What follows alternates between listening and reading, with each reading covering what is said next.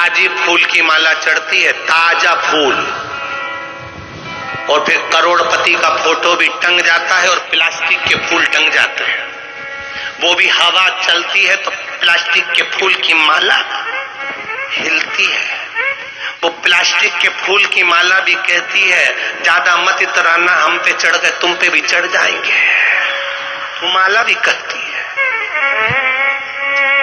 घर में बुजुर्गों का फोटो लगा होता है, घर में बूढ़े व्यक्ति का फोटो लगा होता है, घर में मरे हुए व्यक्ति का फोटो लगा होता है। वो क्या कहता है फोटो? वो फोटो तुम्हारे को ज्ञान देने के लिए खड़ा होता है कि हमारी भी बहुत दुकान थी, हमारी भी बहुत फैक्ट्री थी, हम भी खूब कमाते थे, हम भी खूब जोड़ते थे, हम भी एक आराम की जिंदगी जीते थे, हम भी किरीज वाले कपड़े पहनते थे, पर यहां टंगा है। वो फोटो भी कहता है तुम्हें भी बाजू में टंगना है। इसलिए ज्यादा अहंकार में जिंदगी मत जीना। सियोर वाला महाराज बिल्कुल सही कहता है। एक लोटा जल चढ़ाते रहोगे तो बाद में बेटा जल दे कि नी दे पता नहीं, पर शंकर पे चढ़ा हुआ जल वहां भी मिल जाएगा, प्राप्त हो जाएगा। करो सेवा जितनी कर सकते हो, भगवत भजन करो जितना कर सकते हो, राम नाम कृष्ण नाम शिव नाम। हाँ, अब तो चली गई। उसके बाद लोगों ने कहा अरे हमारे पास में कथा हुई, हम तो हालोल में, हमारे यहाँ तो शादी थी, शादी के कारण में तो 3 दिन कथा में नहीं जा पाई।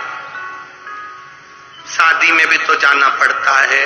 भोलेनाथ जी ने कहा शादी के समय पर गुरुजी ने कथा इसलिए रखी कि लोगों को देखना था कि तुम्हारे संबंध वहां के निभाओगे कि यहाँ के निभाओगे। संबंध देखा जाता है। शादी में गए, रिश्तेदारी निभाई तो यहीं रह गए।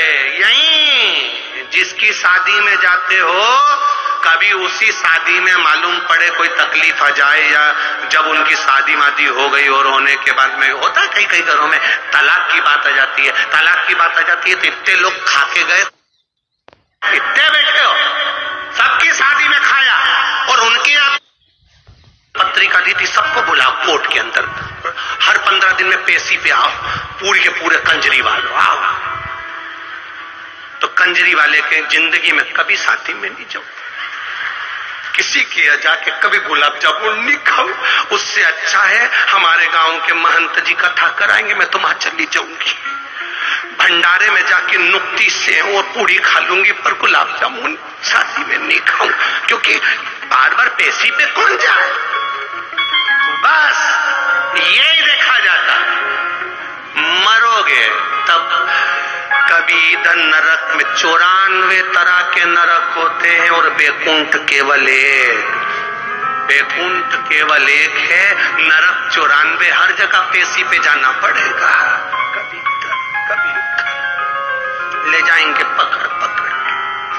खूब झूठ बोली थी, दो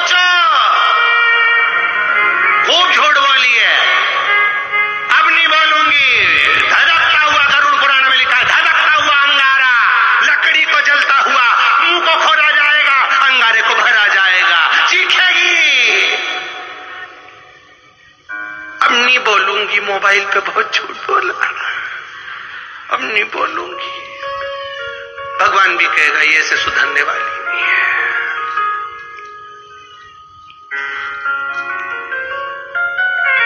दिन भर दुकान पे बैठा रिया, कथा में 5 मिनट नहीं बैठा, इसका मन ही नहीं लगे कथा में, क्या करे कहीं नहीं। इतना बड़ा रोटी का तवा गरम करा हुआ, धधकता हुआ बिठा दिया उसी पे।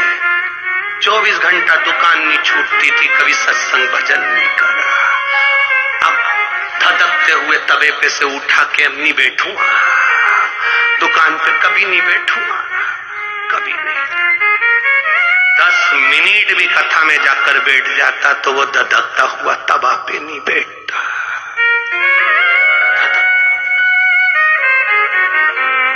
अब खूब मांसाहार करा, खूब मांसाहार, ना जाने कौन कौन से पशुओं का मांस खाया है। क्या करना है, उन्हीं के पास ले जाके छोड़ दो। जिस जिसका मांस भक्षण करा था उसने नोच नोच के खाया, अब चिल्ला चिल्ला के कह रहा है मेरी बिरयानी क्यों बना दी? खुद की नोच नोच कर खाया, बटोर बटोर के हाथ जोड़ रहा है, कभी मांसाहार नहीं करूंगा, कभी नहीं, छोड़ दो।